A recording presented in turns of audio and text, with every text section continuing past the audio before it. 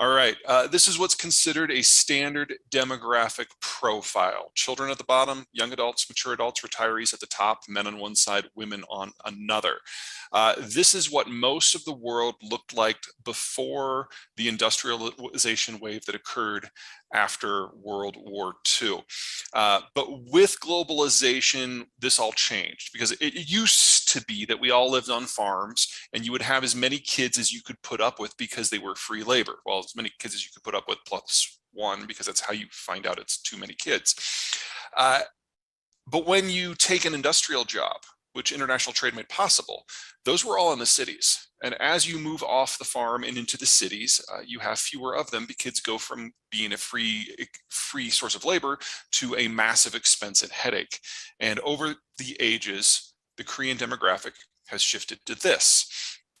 The whole world has gone with the Koreans, starting from different points, going at different paces, but this has changed the economic structure of the world, because when you're a young system like this, it's all about raising kids and buying homes and buying cars and going to college. Young people do all of the spending in a modern economic system. That tends to make it very inflationary. But an older system like this, it's all about the high value added workers who are doing everything they can to save for retirement. They've got decades of work experience, their incomes are high, their kids have moved out, so their expenses are low, and they're generating a lot of spare capital for whatever they need to do. What is going on right now is the world is changing from this to whatever is next.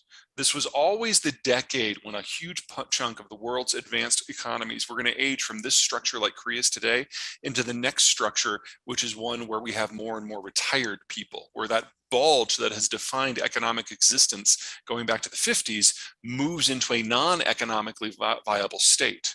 So if a young demography is inflation driven and growth driven, and a more mature state like Korea today is investment driven, technology driven, infrastructure driven, then whatever's next can't have consumption or production or capital, because retirees are sitting on their capital in the form of T-bills and cash. They're no longer working, so there's no consumption and there's no production. We all make that shift at different times, but for most of the advanced world, this is the decade it all goes down. Give you an idea of what the neighborhood looks like. Let's start with the United States. We've got the healthiest demographic structure in the world. That doesn't mean it's perfect. You can see the bulge of the baby boomers in their 60s, so we're going through the same aging process as everyone else, and digesting the boomers is going to be painful. But we also have the millennials down below, who are rounding out the labor force in a way that is allowing us to have a more inflation-driven system as opposed to deflation. You'll also notice that there's that big gap in the roughly 5 to 10-year-olds. That is a mix of two things, or three things. Number one, that's the Gen Xers kids. Small generation generates a small generation. Number two, it's the aftermath of the 2008 financial crisis. When people aren't sure of their prospects, they tend to have fewer kids. And third, it's the millennials doing everything that everyone has ever done before them, just with a 6-year delay. And so that was kind of the bottoming out of the birth rate. You'll notice it's already coming back, and preliminary data for 2022 and 2023 looks very positive. So we are looking at that base widening out again. But these shifts, these ins and outs of the demographic structures, they're actually going to be the single biggest factor that is shaping the labor force, our capital markets, and our economic structure for the next 50 years. And that shouldn't be a surprise to anyone, because that's how it's been so far. The same holds true in Japan. On the whole, demographics shape destiny. But here, it's just that the birth rate has been so low for so long, they're well past the point of any sort of demographic regeneration. About all I can say that's positive for Japan is they've seen this coming and they've done some planning. Automation in life, not in manufacturing, in life, is more advanced in Japan than it is in any other places. They have robotic nurses, they've got hospital beds that turn patients. A lot of the stuff that doesn't require a lot of brains, but doesn't necessarily require eyes and hands, has been automated. And that's allowed Japan to age relatively gracefully. In addition, the Japanese, while they can't accept migrants because they have such a firm sense of culture, they have been able to expand spending on things like childcare and healthcare to encourage young families to have more children. It's met with some success. And so Japan, while it is still the oldest demographic structure on Earth today, it's no longer the most rapidly aging. It's still in the top 10, don't get carried away. But Thailand, Korea, China, and Germany and Italy are all aging faster, which brings us to Germany. This was always going to be Germany's last decade as an industrial power. They're aging too fast. They missed the point to turn the demographic ship of state 40 years ago, and they just haven't had much luck with immigration. In the 90s, they were able to bring in roughly 1 million people from the former Yugoslavia. That helped. And then about 10 years ago, they brought in about 1 million people from Syria. The problem with the Syrian refugees, once you move past the cultural disconnect, is that these people were unskilled labor, and they were 85% male. They didn't bring their families with them. And so it's a shot in the arm, yes, but it's no assistance for long-term demographic regeneration.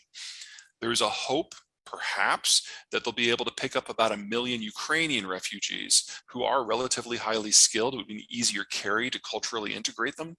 But at this point, the demographic decline is so far advanced that by 2030, the Germans will no longer have the workforce that's necessary to do the things that we associate with Germany.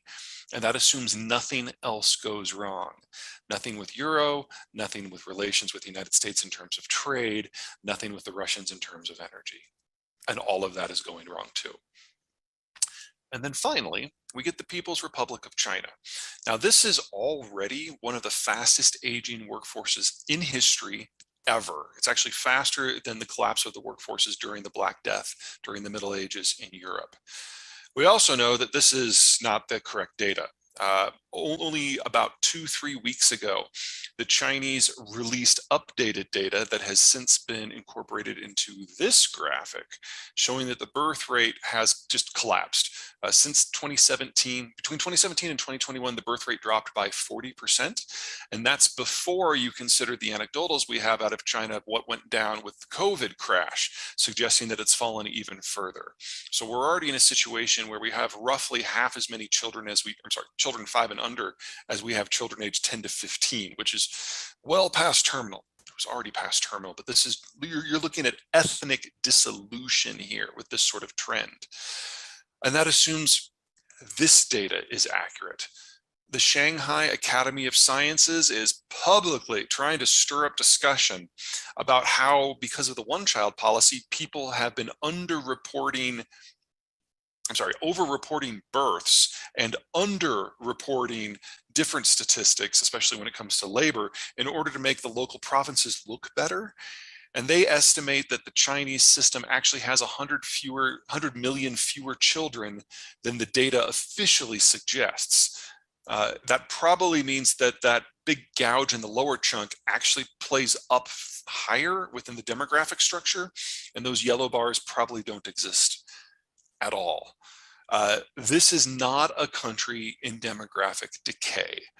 This is a country in the advanced stages of demographic collapse. And we don't have an economic theory as a species for what might make this work. It's obvious from the data that the Chinese have shared that consumption-led growth will never happen in China again. They actually saw a collapse in things like car sales back before COVID. They've never rebounded. And now, with the piss poor recovery we've seen post-COVID in China, we now know that consumption is not part of the equation. This graphic indicates part of why. And we also know that while their labor costs have gone up by a factor of roughly 14 since the year 2000, their worker productivity has barely doubled in most sectors, and it's reached only triple in some of the more advanced ones. China is no longer the low-cost environment for manufacturing. It's just the place where all the industrial plant happens to be. Now, that's not nothing, but that's not enough to justify a long-term investment in the system. And every subsector that has tried to reshore out of China has discovered shorter supply chains with more effective labor, with lower energy costs, less political risk, closer to the end consumer.